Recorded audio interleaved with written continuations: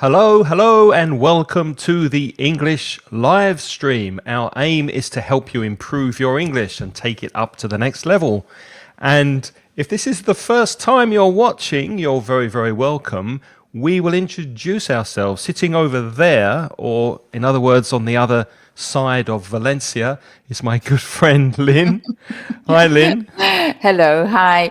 Okay, so my name is Lynn, and I'm free. I'm What an are you? What are online. you? I'm an online English teacher, and put it like this.com. Put it like this is my company, and put it like this.com is my website, and I specialize in tailor making English courses for people to help you find your own voice in English. So depending on your objectives, I create a course to fit you. Yeah, and if you're interested in seeing more about the types of courses that I do, you can go to putitlikethis.com and find out more information.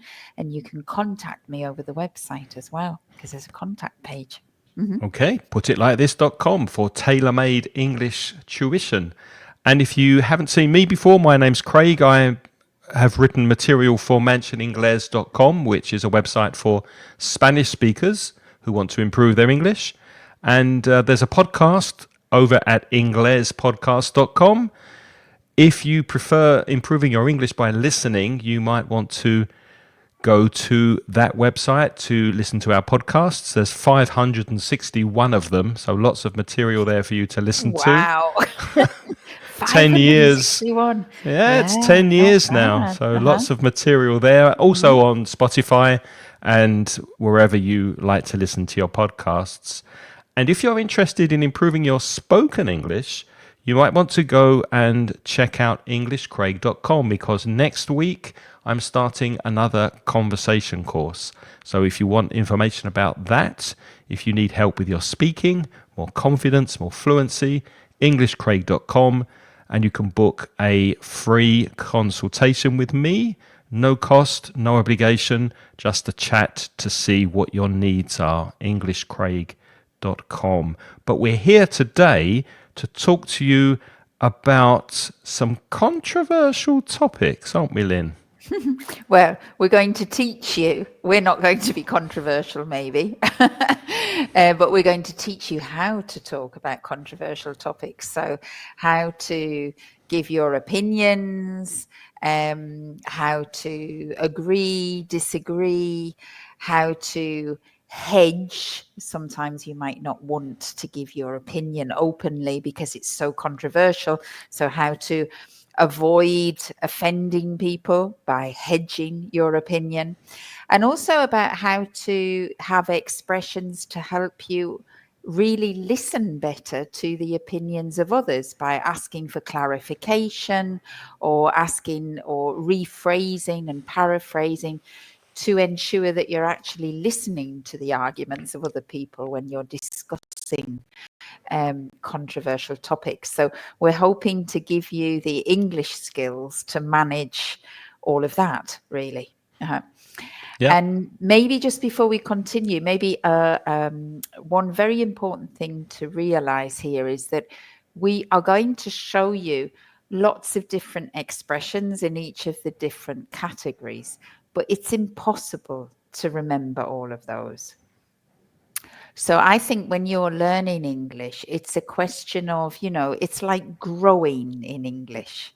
So maybe you know that you can give your opinion and you tend to use the same expression over and over again.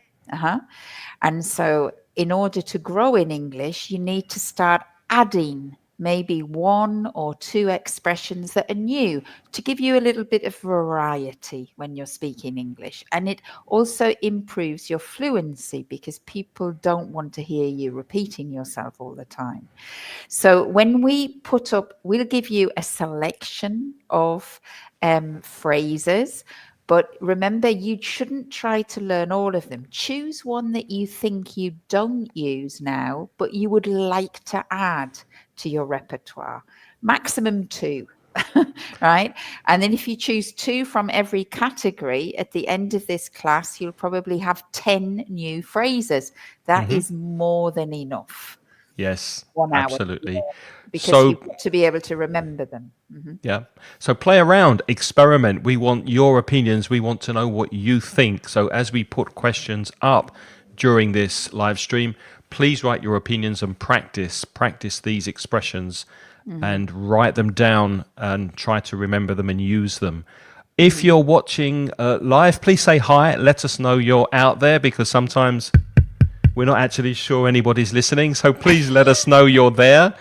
Say hello, tell us where you're from, and of course, if there's anything that's not clear, ask us questions as we're speaking, and we will answer them if we can. And So we don't. will be giving you opportunities to practice these during the class. So when you select one or two that you like in each category, when you give us your opinions in the chat, we want to make sure you use them. So see if you can try to use them actively as well. Exactly. Hmm. So let's get started. Our first Hmm. group, our first selection of expressions: giving an opinion. How can you give an opinion in English? If you can think of any expressions for giving opinion, maybe write them in the chat. Let's get going with some of your ideas.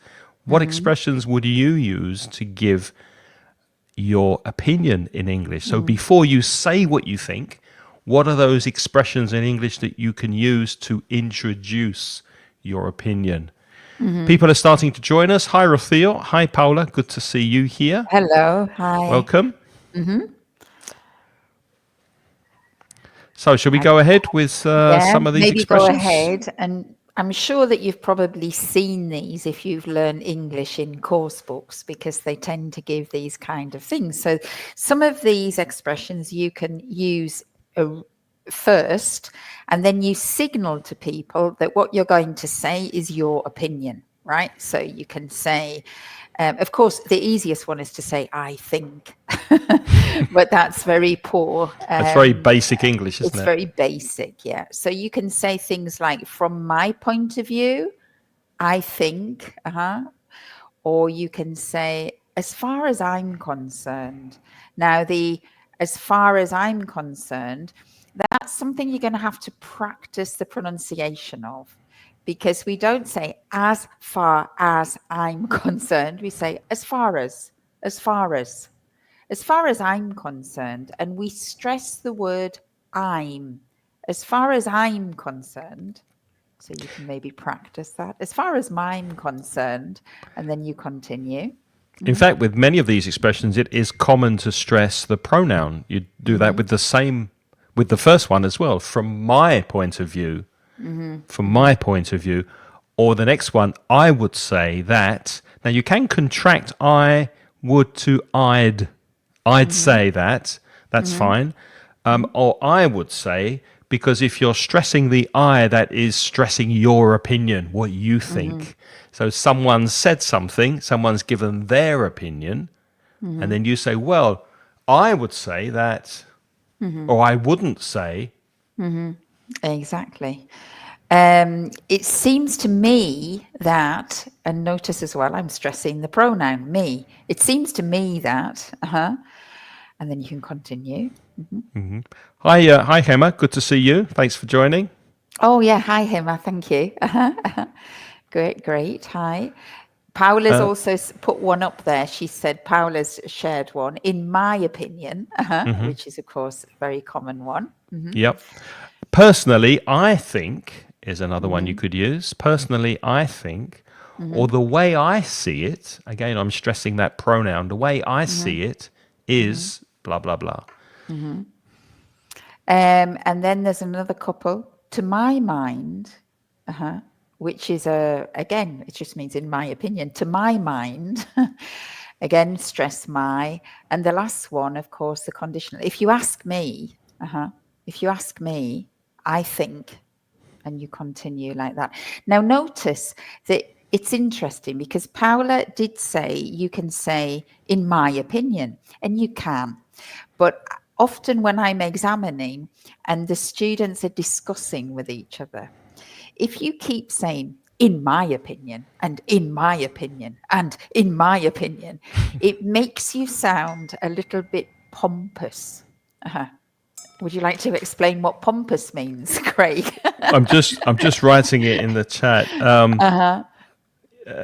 It's when you're looking down your nose at someone, when you're very posh, when you're distancing yourself from someone, so And you you're think you're not their better. equal. You think you're better than the other person. Yeah. And if you, it's okay, it's perfectly okay to say, in my opinion, once. But I think that if you repeat, in my opinion, in my opinion, in my opinion, then it makes you sound pompous. So I would be very careful with the in my opinion. Once is okay. And then maybe pick one or two of those expressions that were on the banners. And I think Craig has put them in the chat file now. So maybe select one or two of those new ones for you, and then see if you can use them for the next question, because we're going to ask you to give us an opinion about this topic. Can you flash up the topic? And here it is. Should English be taught in all schools around the world as a lingua franca? Should there be only one language? Should there only be English as a world language? What's your opinion? Now you've got some expressions to give us your opinion. You can play with those and use one that maybe you wouldn't normally use. So choose one of these expressions that is not in your active vocabulary. Maybe you've seen it before, but you wouldn't normally use it. You wouldn't say it. So practice that and tell us what you think. Should English be taught everywhere around the world as a lingua franca?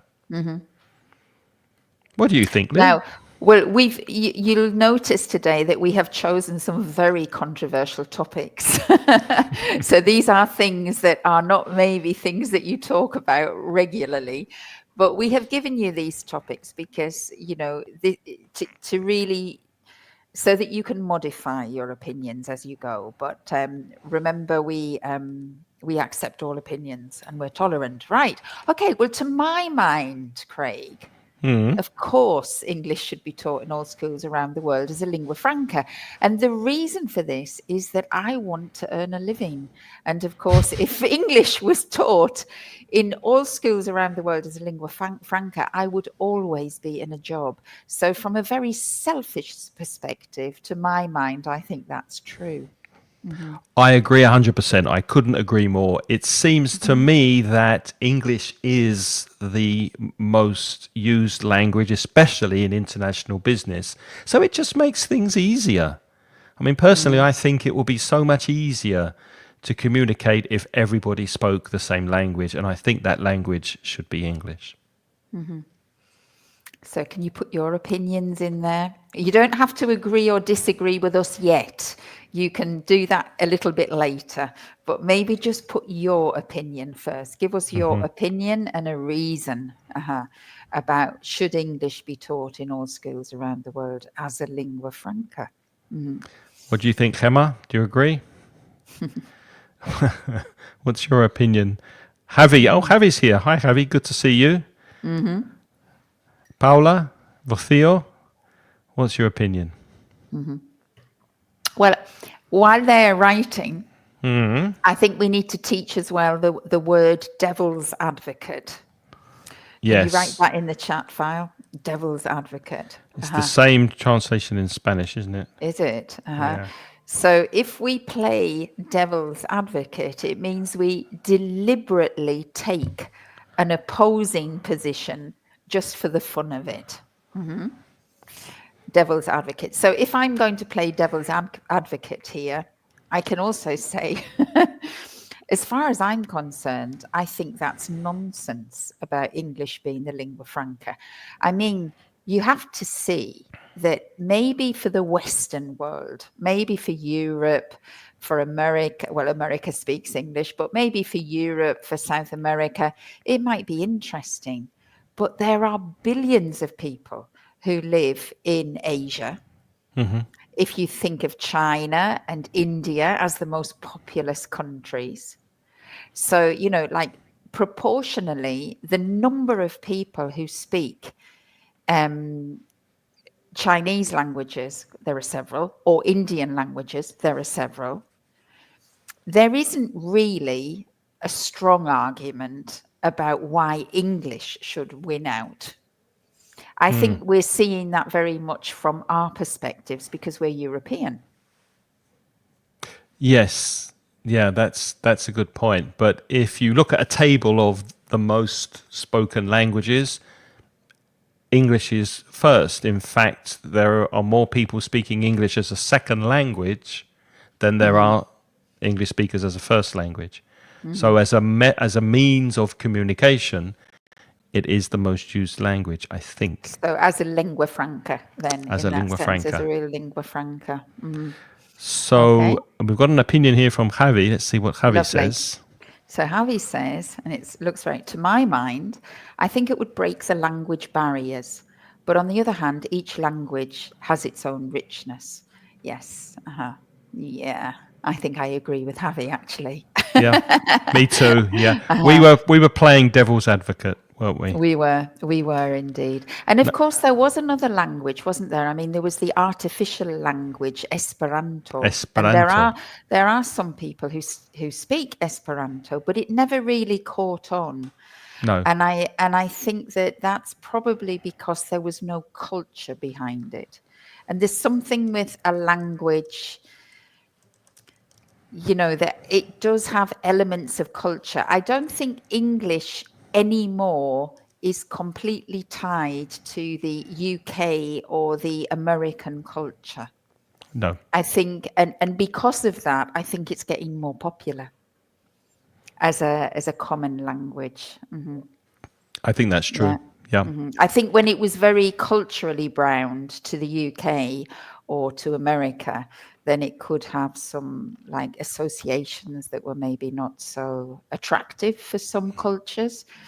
But I think as a sort of business language or a common language to communicate with foreigners, it's becoming very popular, I think. Okay, let's move on to qualifying your opinion, or as Lynn said earlier, hedging. So, what exactly does hedging mean? Is it saying that you're not going to commit yourself and say what you think? Are you avoiding the question?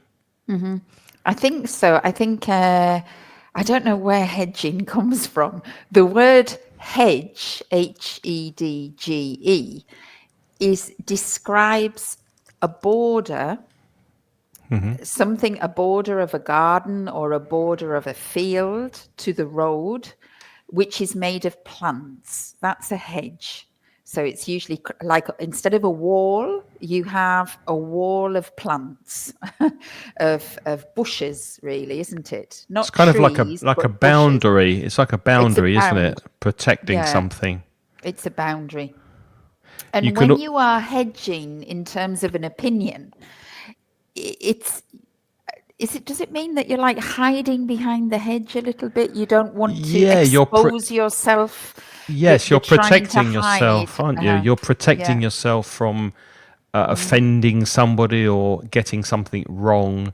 You can hedge your bets. That's a common expression. So you're protecting yourself against something by hedging your opinion in this case. So let's look at some expression. Yeah, go ahead.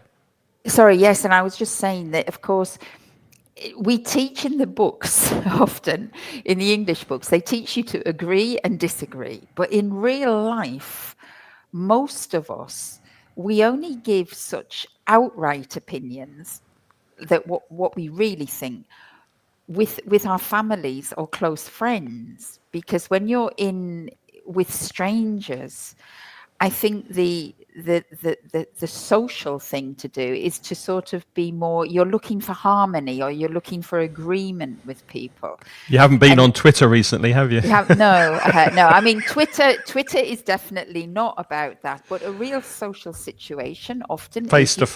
qualify face to Yeah. face. You qualify your opinion because you don't want to offend people. Maybe, or maybe it's a topic that you really don't know anything about. So you don't want to expose yourself because you don't know so much. So there are many expressions that we use which are qualifying your opinion or hedging. Shall we have a look at those? Before that, let's see what Paula says. She thinks it's a universal language. Yes, I agree, Paula. English is a universal language, and it's really good that you're studying it and improving your English. And Javi says Malaysia established English as its second language. Yes, I think Singapore did too, didn't it? Did they? I think so. Yeah. Uh-huh. So it's a very good language to know. Let's say. So yeah, the expressions for hedging or not committing to your opinion, we've got, well, that's a complex issue. So right from the start, from the beginning, you're saying it's complex, it's difficult. Yes, it's a complex issue. Or you can say, to be honest, it's not something I've really considered before. This is also kind of used to play for time, especially if you're in a job interview or an English exam and you need some time to think. You can use this expression before you give your opinion. So it's yeah, to be honest, it's not something I've really considered before.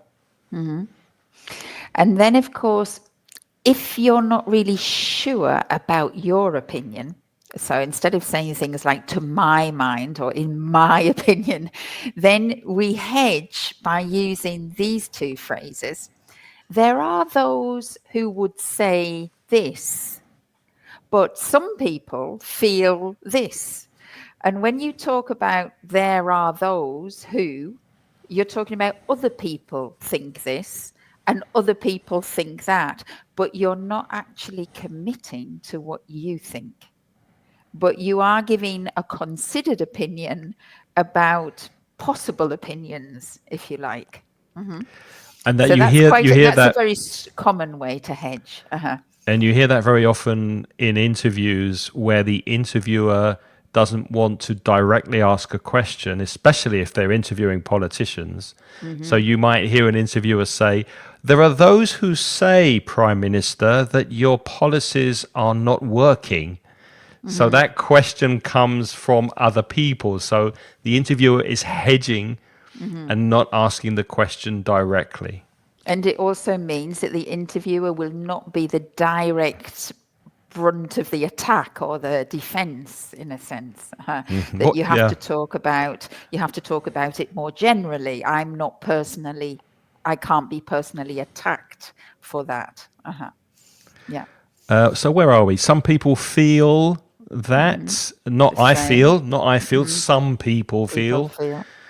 And also, I don't think I'm qualified to give an opinion on that. So that's more really discounting and refusing to give an opinion. I don't think I'm Well, qualified to give an to opinion. give an opinion on that. You might also give an opinion afterwards, but I think if you say, I don't think I'm qualified to give an opinion on that, but maybe I would say, I think we do use that and then give an opinion, but it's don't hold me responsible for my opinion because maybe I'll change my mind when I learn more. Exactly. So they're quite nice expressions. Yeah. So I'm putting those now in the chat. Let's give you another question to ponder and think about. Can you just, before you give us the question, Yeah. Javi has also added a couple more expressions that he uses in those situations. I've He said, heard. I've heard, which is also nice. I've heard, but it's not my opinion. I've heard other people. And it is believed that, Yeah. exactly. And it's believed that you're It's saying also it's said that passive. It's said that. people say. People say, so you put the opinions on other people. So again, just select a couple from there, one or two that you don't usually use, but you think I quite like that. And then maybe you can give us an opinion on this question. Here's another Again, quite controversial. controversial. Should developed countries be obligated to accept more refugees? Now, because immigration is a big hot topic now, isn't it? In many, in the political area of many countries. So should developed countries be obligated to accept more refugees? So take your time. Maybe you can use one or two of the expressions. I think we've chosen this question because I think this is a one where most of us are not experts. So we might want to hedge on this one. I don't know. Craig, what do you think? Should developed countries be obligated to accept more refugees? Let me think for a second. Well, it's a complex issue, isn't it? I mean, to be honest, it's not something I've really considered before. However, we've seen recently that countries in Eastern Europe, such as Poland, for example, are accepting a huge number of Ukrainian refugees. And it's putting a lot of pressure on social services, on the job market, on housing. So I think there should be a limit to the number of refugees that countries should be obligated to accept, because in some cases the country just doesn't have the infrastructure to take the refugees in. As much as you want to help, I think that there needs to be a limit. What do you think? What's your opinion, Lynne? I think also it's a very complex issue. I think if I take the issue to another level, I think there is. It depends. I think it's very difficult for countries to be obligated to accept more refugees in the current structure of the world. Because in the current structure of the world, we have this concept of nation and we have this concept of country, which, of course, is not. It's a concept. It's not a physical thing. It's not like a mountain or a sea. The concept of country or the concept of a nation is something that most of the world's citizens accept. Millions of years ago, that wasn't the case. People moved freely back and forth. But of course, we have this system now where we have countries, and there's a lot of very complex things that are connected to the idea of country, like tax collection, education, systems, work, culture. Lots of things are connected with a country. And I think the problem when you force countries to accept refugees is that those systems become unstable in some way. So people get very upset because their tax revenue is being spent on people who haven't actually paid the taxes in the first place. So some people feel that that's unfair. Other problems occur that the cultures of countries get changed because there's a big influx of other cultures and cultures influence each other. So it is a very, very complex issue. And I think it's very difficult to oblige countries to accept more refugees because usually it's something that even if politicians want to do it, if it gets very intense in certain areas, the local people generally reject it. But I do think that there is a moral obligation to accept refugees because they're people. We're all people. And sometimes the circumstances in the countries where we live make it imperative that for safety that we move. And the world is full of movement, and it's always been full of movement. And I think really people should not be rejected from moving physically to a place of safety. And also But it's to very add, complex. and I'd like to add that some people feel what's happening in the US under the Trump administration is quite ironic because they're deporting refugees that have been in the country for years, and the US is a country that has been built by not by refugees, by immigrants. So they're deporting people saying they don't belong there, they want to keep the country for Americans, although actually the country has been built by immigrants in the first place. I think probably that is the case for most countries in the world. Yeah, that Yes. most countries at some point were built on influxes of people from other nations and other areas. And there's constantly has been, but that's what I'm saying. It's this concept that we have in modern history, or relatively, I'm talking about like the whole span of the earth, like billions and billions of years. It's a relatively modern concept, that you have this idea of nations.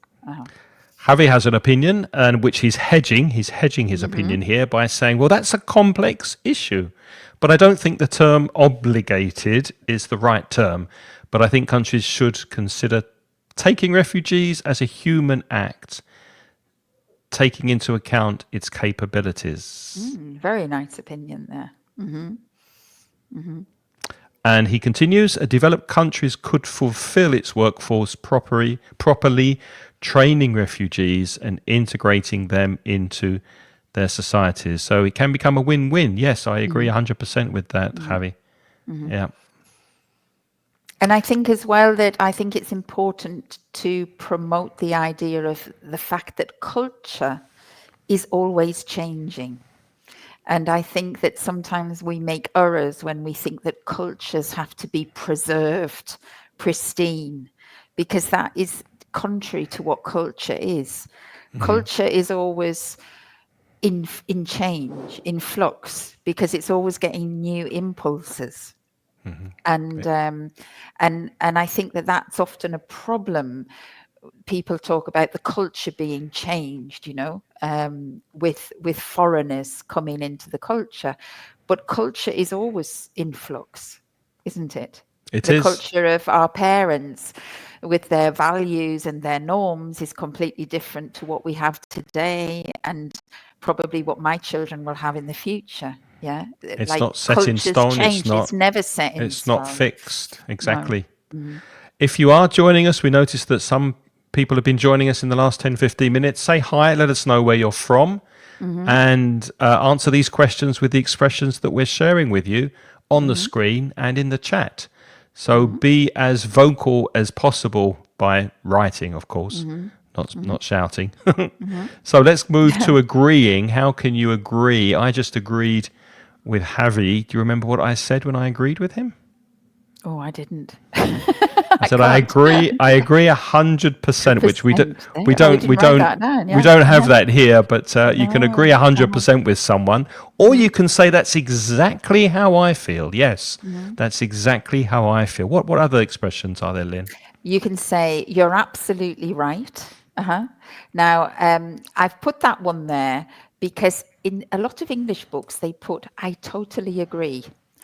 And then I have again students who keep saying, "I totally agree, I totally agree." And that also makes you sound pompous all the time if you say it too often, just like that word before, like in my opinion, in my opinion. But we say things like, "You're absolutely right." I couldn't agree more. That's one of my favorites. I couldn't agree more. It's Or impossible for me to agree with you anymore. I couldn't agree anyway, more. I couldn't agree more. Or that's a good point.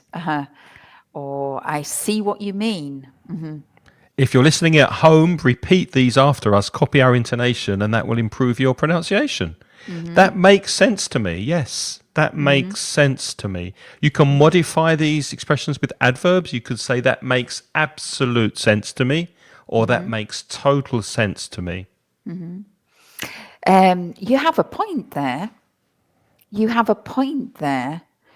And that means that I recognize the point that you're trying to make, and I'm accepting that point. You have a point there. And you can say, I think so too. I think so too, which means I think exactly like you do. So I don't know if there's some of those phrases. I'm sure that most of you understand those phrases, but ask yourself, do I actually use those phrases, or do I keep saying, I agree, I agree, I agree? Yeah. So try to pick one or two that you think you don't use and see if you can use them. Now, so far, we've talked about, should English be taught in all schools around the world as a lingua franca? Craig and I said yes. I said yes because I want a job for life. And Craig said yes because he thought it was a good idea, because in business, everybody uses it. We also talked about, should developed countries be obligated to accept more refugees? And we had a few comments there from Javi, for a few opinions from Javi, from me, from Craig. So, can anybody agree with us in any points? Can you try to write a sentence and say which part of what we talked about you agree with? Gemma's got a comment here. She says, as I see it, very good, Gemma, what cannot be done is to return them back to the life they had. Yes, I couldn't agree more, Gemma. It's Yes, not fair. and you have an absolute point there. That is so correct, because it's sometimes, it's not the question of what we can do, it's the question of what can we not do, or what should we not do in those situations. And as I see it, you And can't that's just true. send them off to Uganda. Where was it? Rwanda or Uganda? Rwanda and Rwanda? all over, they're Yeah. sending them, and I think now in America, there's been proposals to send them to Panama, isn't it? No, I think it Um, was it Costa Rica? Was it Puerto Rico? Was it? or Puerto Rico. I'm not sure. Well, I Puerto think Rico, they're sending prisoners to Puerto Rico. prisoners. Yeah, Uh-huh. yeah. But I think they're yeah, it's not a good idea, I think. Javi says, to be honest, I barely use them. Well, here's your chance. You can practice some of Hmm. these with us now. Hello, Rita. Rita's here from Italy, who Hmm. says, in Italy, we really often use, maybe rarely, I think, Rita, right? We rarely often use absolutely. And I don't agree with this adverb. I think it's a bit silly way to, it's a silly way to imitate a language that's not ours. Because you think it's too final to say absolutely. You mean, I'm not sure if I I understand think that, she Rita. means that in Italy, lots of people say absolutely all the time. Oh, okay. And Yeah. so she thinks that they're overusing it. I think that's what you mean, Rita. Um, and yeah, I can get that, because it's true that I've noticed in some, like I have a couple of students who keep saying super, it's super big, it's super, super, Awesome. super, all the time, Awesome. awesome, awesome. And I think it's true with any of those words. If you use them too often, then it doesn't sound very articulate. So that's why this variety is good. But today, because we know it's impossible to assimilate 5 different expressions in 5 categories in one class. So that's what we're trying to encourage you to do, is just to take a new one and try to add that to your repertoire. And then a little bit later, you take another one and you add it to your repertoire, and it gives you more variety, I think. So let's move to the next Mm-hmm. category, which is disagreeing. So we had agreeing, Mm-hmm. now we're disagreeing. And here Mm-hmm. we've got some examples for you. Mm-hmm. I'm not sure I agree. That's probably what I use because I'm not aggressively disagreeing, Mm-hmm. but I am expressing my disagreement. I'm not Mm-hmm. sure I agree with you. Yes, I like to use that one a lot as well, I'm not because I sure don't like about to that. be I don't like to be controversial, but I also don't like to be silent if somebody is giving opinions that I don't agree with. Because I don't want them to think, because I'm silent, that I agree with them. So Yes. I like to say I'm not sure I agree. Or you can say, I see your point, but, and then you can bring a counter argument. I'm not sure, which is very similar to I'm not sure I agree. I see things differently. I wouldn't say that myself. I wouldn't say that. You can say, I don't think so. I don't think so. Or you can say, that's not how I see it. And again, notice that I'm stressing the I.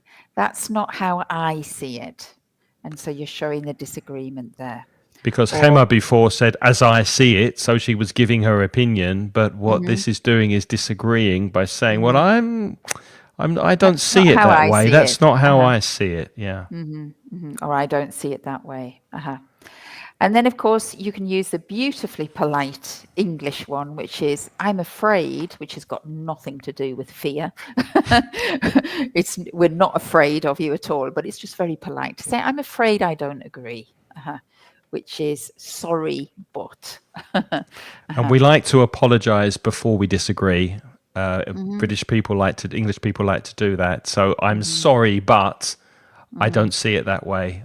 I'm sorry, I can't agree with you. I'm afraid I don't see it that way. So we like to use those prefixes, those expressions at the beginning. And it Okay, softens it, so doesn't it? do So we is have there another anything that you question? disagree with that we've talked about so far about refugees or about English being the lingua franca? Can you disagree with anything that we've said or anything that anybody else has said there? I Ah, wouldn't say that, Javi. I can't. I couldn't agree more is common, but not. I can't disagree more. no. You could say Rita won't like this, but you can say I absolutely disagree. But Rita I won't like it, totally, but but it's Rita won't true. like it. I totally disagree. I absolutely disagree, or I disagree. Or I can't agree at all. I can't agree Yes. at all. And we would emphasize the at all. So agree more, disagree at all. Yeah, maybe. So let me put those. Did I put those in the chat? Those disagreeing expressions? No, you haven't put them in Not yet. yet. No. So let's put those in the chat so that you can use them when we get to the next question. And I think we need to move a bit quickly so that we can get to those questions at the end. Okay. So, So the next group of expressions we've got questioning, asking for clarification. How can you do that in English? So let's show you some expressions. yeah. Now, this is a little bit to make sure that in a discussion, it's not always so confrontational, because real discussions are not I agree, I disagree. It's not. It doesn't go like that. And if you're really trying to discuss something in depth with someone, it's very important that you understand what they are trying to say. So sometimes we ask for clarification before we disagree with them, because maybe we've misunderstood. So what you can do is, now this requires more English skills, because of course you have to paraphrase back to the person what they have just said to you. So you can say, so let me get this right. You mean that, Craig, so let me get this right. You mean English is a good idea because of business? That's right, because business people use English to communicate, especially as a second language. So I think it should be lingua franca. Exactly right. Yes. So really, as far as you're concerned, you're looking at English in the sense of it being a transactional language. Yes. So English is only the means to an end. It's got nothing to do with culture or art or pleasure, or it's purely for transactional purposes like traveling or bargaining. Well, that's true up to a point, but I would also say that if you are in business, then you do want to create relationships and have some kind of a bond with the person you're speaking to, which might go into the area of art and culture and other things. So, yes, I think it should be used for international business. Also, you can say, I'm not sure I follow. Um, do you mean? So again, you're paraphrasing with that. Do you mean to say that, or do you mean blah, blah, blah? By the way, these expressions I use all the time in Spanish. just to check information. If someone tells me something important at the doctor, for example, and I want to check that I've understood, I'll paraphrase with an expression like this in Spanish because I want to make sure I've actually understood what the person has said. So this very useful in a speaking exam, for example, or in a discussion on a controversial topic, but also just to double check that you've understood correctly. And finally, another way of saying that is say, you can start with, so what you're saying is English should be used in business situations. Or in other words, you see English simply as a tool to achieve your objectives in business. Is that right, Craig? Yes, you've hit the nail on the head. That's absolutely what I meant before.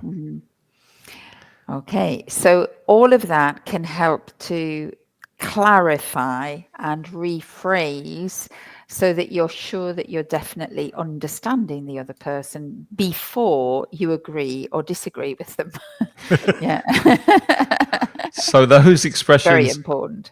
those expressions are in the chat as well. So we've got giving your opinion, qualifying your opinion or hedging, agreeing and disagreeing, and questioning and asking for clarification.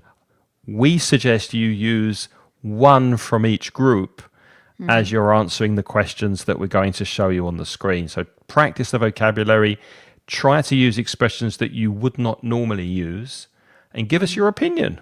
And agree and disagree with what we say and with what other people say in the chat. So what's the next question? Let's see. Something nice and controversial. Ah, here we are. Should freedom of speech have limits in the digital age? There's been a lot of discussion in the news and online and between my family and friends about this topic. Is it controversial among your friends, Lynn? Are people talking about it?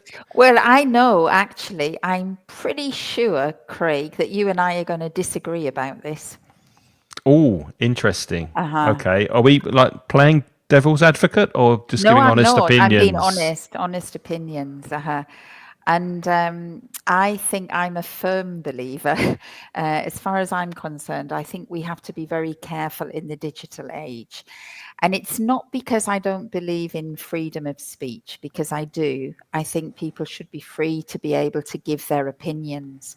But I think we have a very serious danger in the digital age, because before Twitter and social media, when somebody gave an opinion that might have been offensive, or it might have been an opinion that created hate or encouraged people to be violent, for example, that was limited in its scope because you were limited to the amount of people who heard that message. The problem I have in the digital age is that things become popular in the digital age, not because of true popularity, but because of algorithms. So somebody might make a statement and people can agree or disagree. And we tend to have the idea that the more people who agree, then that opinion is the accepted opinion, and it moves society in a certain direction. The difficulty I have with digital is that sometimes opinions that can be quite controversial are amplified beyond their real acceptance, and it can cause a lot of damage, I think. So let me get this right. As far as you're concerned, you worry that more people might be offended because of the reach of digital media? Well, not so much offended, but more influenced by things that are pretending to be popular but are not popular. So, if I understood correctly, you're blaming the algorithms, not that. So you defend the right of people to say what they want to say, but I don't see how that can be moderated Nor do online. I, but I think it's a serious problem. And I think that's the problem that we have. I mean, people can believe what they want. They can believe that, I don't know, what Donald Trump says is true, what Putin says is true, what Zelensky says is true. People can have a position on that. But when people who can manipulate algorithms can propagate those voices way beyond the natural acceptance of things, they can create a narrative and assert a narrative that isn't really reflective of the way people really do believe. It's very difficult to find the truth in that of the popularity of it, I think. Well, that makes sense to me. I think you have a point there. I think we agree on the danger of algorithms, but do we agree on the fact that free speech has no limits? Or should it have limits? Where do you draw the line with free speech? It's difficult, isn't it? I mean, I do draw the line if I see people deliberately trying to incite hatred or violence against people. I think that's really stretching the limits of freedom of speech. I think you're absolutely right. I agree 100%. Does anyone have an opinion on this? Are you agreeing with us?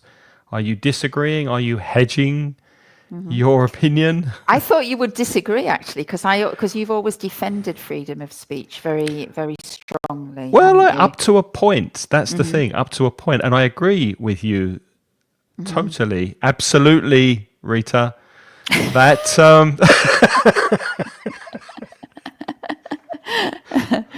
I know Rita, she's got a lovely sense of humour. She won't mind that. I agree with you that up to the point of exciting hatred and violence, that's where the lines should be drawn. And but I don't agree. I don't think, as far as I'm concerned, that we should be over worried about offending people, because offence is subjective, and what offends one person doesn't necessarily offend another. That doesn't mean to say we shouldn't be thinking about what we're saying and thinking, well, are these words possibly offensive to some? Then you should maybe think twice. But I don't think we should be monitoring our speech and afraid of saying something just because someone might possibly take offense online. We've got some comments coming in. Yeah. Yeah. And Hema's used it right. She said, I think so too. Well done. And I'm glad you agree with me, Hema. Okay. As far as I'm concerned, freedom of speech ends when it involves violence or a threat to another. So, yeah, we're on the same page, Javi. That's another expression you can use to agree with someone. We're on the same page. Oh, and that's very nice, Javi. You said, in the meantime, we can sail in the vast ocean of freedom of speech. Yes, I think that sounds good too. Yeah.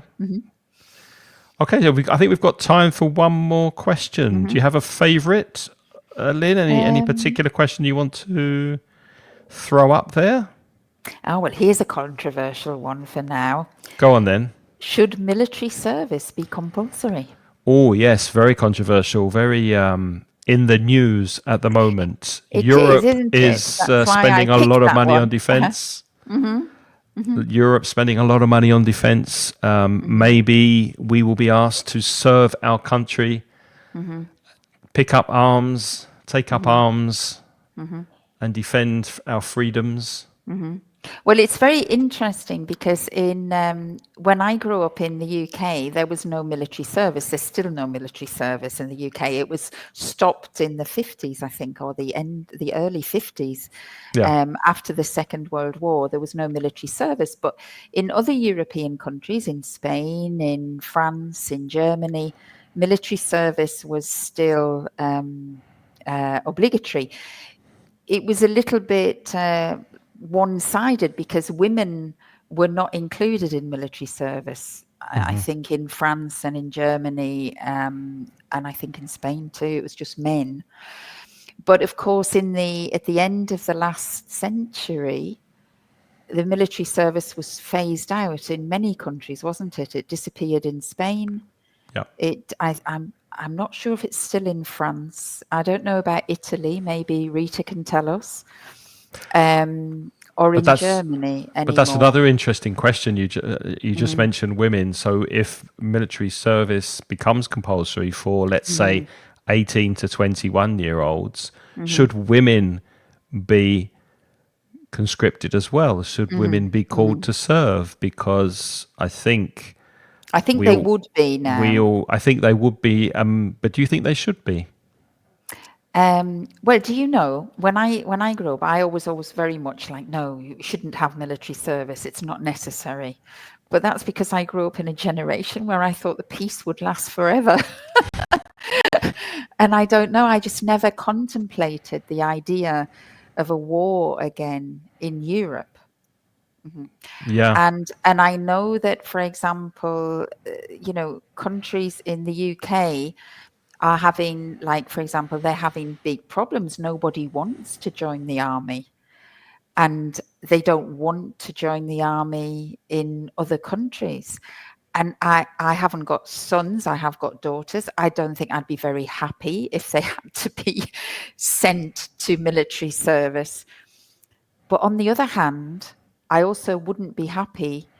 I don't think it's right that you get to choose. I mean, if you want your country to be a certain way and there is a threat, maybe the fair thing is that everybody defends the country.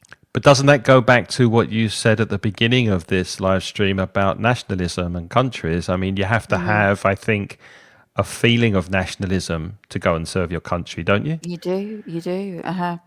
But the thing is, I think maybe as well, when there's a feeling that the peace is there and that everybody's playing by the rules, when there's no threat, then of course many people would not choose military service because they don't want to fight. Yeah. So But what do you're you not think? under an existential threat, are you? So what do you It's a think? tricky thing. It's a tricky thing. So I think It's a my opinion might be it's a comp changing now. It's a complex issue. it's a complex issue. Well, it's complex and it's not. It's simple, really, but it's a different opinion depending on what the circumstances are. Look, nobody likes bullies. Nobody likes people No. invading your country and taking over land and cities that are really yours. But would you lose your life for it? That's the question. Hammer's agreeing with me. Exactly, Craig. If you don't agree with someone, don't say anything. And Javi says the first goal of nations should be peace. Yes. But if there are unsolved conflicts like between the Koreas, I think military service is necessary. No, I think It's necessary to have I think it's necessary to make military service compulsory. yes, it's Yeah, so you necessary don't need to the verb make. to be, it's necessary to make military service compulsory. I couldn't agree more with Javi there. I think Javi's hit the nail on the head there. I think I see what you is mean. It makes is sense to possibly me. true. It makes sense because I think it's not legitimate to enjoy the benefits of the country that you live in and allow other people to sacrifice themselves. I think, like if the country is going to be in a conflict, then everybody has to participate. I understand people who object, conscientious objectors, but there are other ways you can serve your country. If you can't feel you can fight, but you have to volunteer labor or do something. Well, let's hope it doesn't come to that. Let's hope that this whole crisis blows over, which means it disappears, and sensible opinions and cool heads prevail, and that we don't get involved in anything that might involve conscription. Unfortunately, we are out of time. So thank you very much for your company. We hope this has been helpful. And we'll be back again in 2 weeks with another live stream. But before we go, we'll say goodbye and invite you to visit our websites. Yeah, that's right. So putitlikethis.com is my website. I'm an online teacher and I tailor make courses for you to help you find your own voice in English. So if you're interested, go to the website and you can find out more. And let's go there if you want more of Lynne, and who wouldn't? So putitlikethis.com is where you should go to. I couldn't agree with you more, Craig. I couldn't agree with you more. As far as I'm concerned. And if you're a Spanish speaker and you want to improve your English, mansioningles.com is the website to go to. And why not sign up for our newsletter, which is every month, different levels, exercises, listening activities, and lots more on our website for our newsletter that comes out every month. Our podcast comes out every week. You can listen to that at inglespodcast.com or wherever you listen to your podcasts. And next week, I'm starting more conversation courses. So if you're concerned about your fluency and you want to speak more effectively, then join me and a group of lovely people for some online conversation. More details over at englishcraig.com, and book a chat with me for 10 or 15 minutes and I will give you all the information. So thank you for keeping us company. A good night to you, Javi, Gemma, Rita, everybody who's watching. Lovely to have you with us, and we'll be back again in a couple of weeks. Yeah. Okay. So have a nice evening, everybody. Bye-bye. Bye. Take care.